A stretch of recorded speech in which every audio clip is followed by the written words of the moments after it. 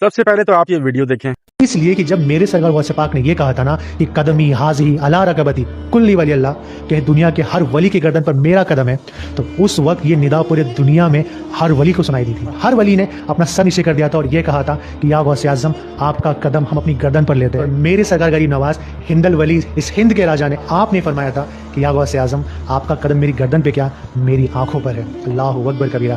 ہر ولی یہ چاہتا ہے کہ سرکار غوث پاک کا قدم ان کی گردن پر آئے، اور کوئی بھی بندہ چاہے وہ کتنا ہی بڑا ولی بزرگ کیوں نہ ہو کبھی یہ نہیں کہہ سکتا کہ سب ولیوں کی گردنوں پر میرا پاؤں ہے۔ یہ جملہ اپنے اندر فخر اور تکبر کا مفہوم رکھتا ہے۔ دین اسلام ہمیں نرم مزاجی اور عاجزی سکھاتا ہے۔ سب سے عظیم اولیاء جیسے مولا علی علیہ السلام، حضرت ابوبکر، عمر اور عثمان رضی اللہ، ان میں سے کسی نے بھی کبھی اپنی بڑائی کا دعویٰ نہیں کیا، بلکہ ان سب نے ہمیشہ اپنے آپ کو اللہ کے سامنے چھوٹا اور محتاج سمجھا۔ قرآن کریم میں سورۃ النحل آیت نمبر 23 میں اللہ تعالیٰ فرماتے ہیں کہ بے شک اللہ تکبر کرنے والوں کو پسند نہیں کرتا۔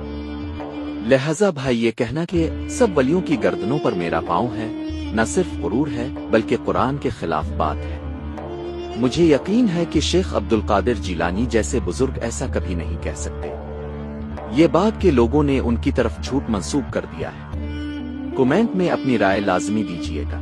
جب ان بھانڈ مفتیوں سے، مولویوں سے پوچھا جاتا ہے نا کہ حضرت ابو بکر، عمر، عثمان علی یعنی کہ خلفائے راشدین سب سے بڑے ولی تھے، سب سے بڑے مجدد بھی تھے، اس دور کے سب سے بڑے لوگ تھے، تب یہ ہمیں جواب دیتے ہیں کہ ہمارے احمد رضا خان بریلوی یعنی کہ اعلیٰ حضرت نے یہ فرمایا ہے کہ ایک جو گھوڑا ہوتا ہے نا، کسی صحابی کا مطلب گھوڑا، وہ اگر چل رہا ہے اس کے پاؤں سے دھول اڑتی ہے اور وہ آ کے اس کے نتھنوں میں بیٹھتی ہے، یہ غوث کتب ابدال، یہ جتنے بھی اللہ کے ولی ہیں، یہ ان دھولوں تک کو نہیں پہنچ سکتے جو نتھنوں میں بیٹھتی ہے، تو ہم کیسے مقابلہ کر سکتے؟ تو ان خلفائے راشدین نے جن کے گھوڑوں کے نتھنوں کے برابر آپ لوگ یا آپ لوگوں کے ولی مجدد غوث الوقت نہیں پہنچ سکتے، انہی بزرگوں نے خود کی ذات کے حوالے سے کبھی یہ کلیم نہیں کیا کہ ہمارا پیر آنے والی تمام نسلوں کے اوپر ہوگا، نبی علیہ السلام کے بعد ہم ہیں، یا کبھی بھی کسی ایک نبی کے گھرانے والے نے یعنی کہ نبی کے گھرانے سے کسی بھی ایک شخص نے یہ کلیم نہیں کیا کہ میری جوتی یا میرا پاؤں تمام جتنی قیامت تک نسلیں آئیں گی ان کے سروں کے اوپر ہے، وہ سارے ہمارے غلام ہیں۔ کبھی بھی انہوں نے ایسا کنسیڈر نہیں کیا، کبھی بھی یہ بات نہیں کی، تو پھر یہ کس نبی کی، کس دین کی پیروی ہے؟ لکھا ہے کہ حضور غوث پاک رضی اللہ تعالیٰ عنہ کے پاس ایک آئینہ تھا،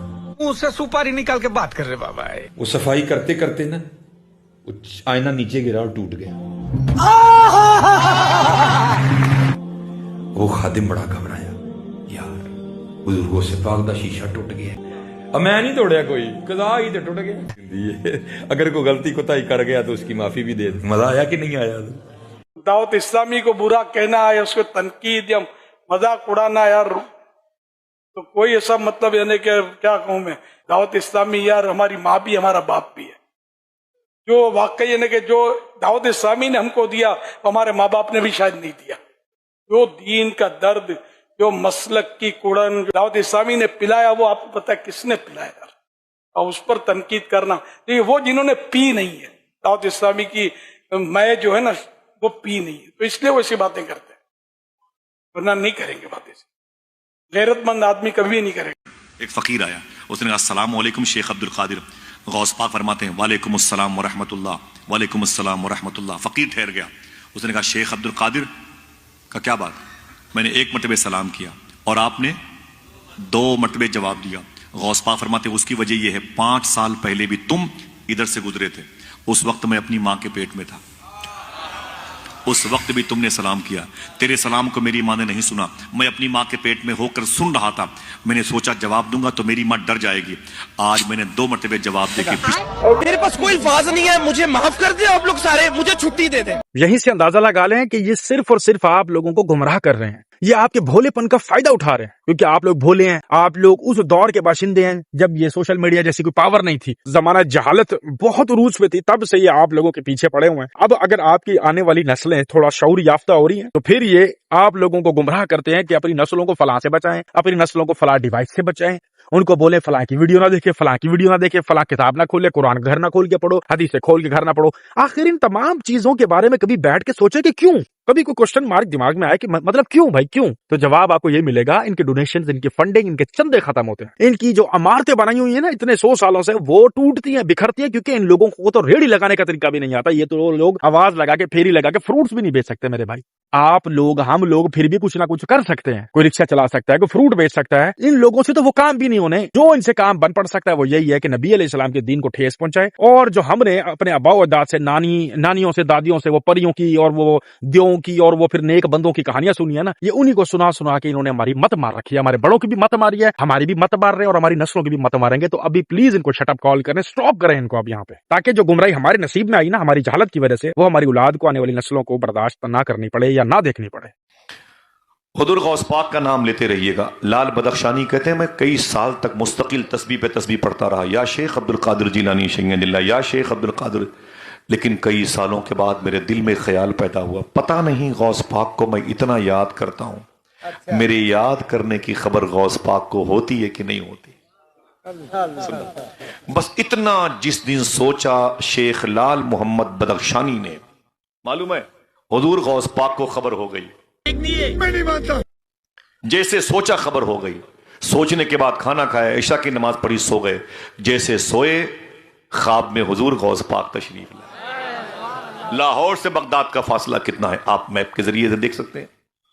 वैसे ही सरकार गौस आजम सरकार ख्वाब में तशरीफ लाए, और लाल मोहम्मद बदख्शानी कहते हैं मैं एक रेगिस्तान की जमीन पर खड़ा था और सामने हुजूर गौस पाक तशरीफ लाए। मैंने सलाम किया और कदम बोसी फरमाई। मैंने कहा शेखी आज आपने मुझ पर करम फरमाया, अपनी ज़ियारत से माला माल फरमाया, बड़ा करम आपका है। हुजूर गौस पाक ने मुस्कुरा के फरमाया, अय बदख्शानी तुमने ये कैसे सोच लिया कि मेरे गौस पाक को याद करने की खबर होती है कि नहीं होती। देखना कितने लोग सुभान अल्लाह कहते, सुन बदख्शानी जब तक मैं तुझे याद नहीं करता तू मुझे याद नहीं करता। हाँ जी, तो क्या अब ये गुस्ताखी नहीं है? क्या इस मौलवी पे ये जो बकवास कर रहा है मिंबर रसूल सल्लल्लाहु अलैहि वसल्लम पे बैठ के, क्या ये गुस्ताखी नहीं है? क्या ये तालीमात अंबिया कराम है? क्या ये तालीमात सहाबा कराम है? क्या ये तालीमात अहले बैत है? कौन से कुरान की आयत है या कौन से कुरान की सूरा है ये कि जब एक पीर, एक वली, एक आम सा बंदा आपको ऊपर याद करेगा, यानी कि एक और टाइम जोन में, एक और दुनिया के अंदर, जिसको आलम अरवाह कहते हैं, जिसको आलम बरज़ख का नाम दिया जाता है, वहां जब अगर वो आपको याद करेगा तो ही आप उसको याद कर सकते हैं। अगर वो आपको याद नहीं कर रहा तो आप उसको याद नहीं कर सकते।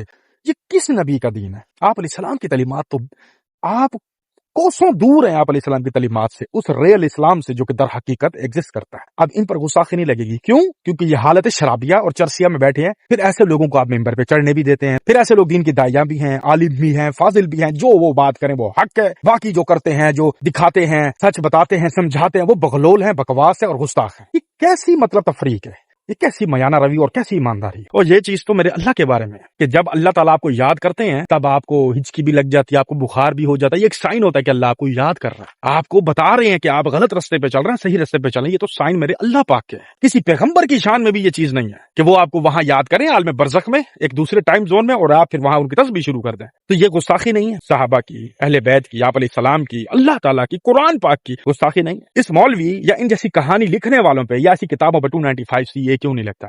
क्यों? क्योंकि ये बरेलवी है। यानी आपने कुछ भी करना है, किसी बंदे को मारना है, बदला लेना है, चोरी करनी है, शराब पीनी है, जिना करना चाहते हैं, कुछ भी आप करना चाहते हैं, आप बस अपने नाम के साथ बरेलवी अहमद रजा खान की निस्बत से, कादरी पीर शेख अब्दुल कादिर जिलानी की निस्बत से, रिजवी या इस तरह का कोई भी टैग लगा लें, आप वो फिर चीज कर सकते हैं। मतलब आपको खुली इजाजत है, आपको कोई कुछ नहीं कह सकता, किसी की ऐसी की तैसी कोई जरूरत ही नहीं है कि आपको कुछ भी कह सके। तो ये मेरे नबी का दीन नहीं है। फिर आप ये कहें कि ऐसे काम सिर्फ वही कर सकते हैं जो कि दीन के ठेकेदार बने हुए हैं। और अगर कोई बरेलवियों के अलावा देवबंदी, अहले हदीस, अहले तशय्युअ ये काम करे तो वो गुस्ताख क्यों है? उनके पीरों को, उनके बड़ों को क्यों नहीं मानते? इस चीज का जवाब मुझे आप लोगों ने देखना है, जितने बरेलवी भाई ये वीडियोस देख रहे हैं या मेरे जो सब्सक्राइबर्स देख रहे हैं, मेरे जो भाई बहन जो भी देख रहे हैं, इस वीडियो या इन मेरे तमाम पॉइंट्स का जो जवाब है वो आपने कमेंट बॉक्स में जरूर देना है। अपना ख्याल रखिएगा, दुआओं में याद रखिएगा। दीजिएगा आदि तक को इजाजत। अल्लाह हाफिज।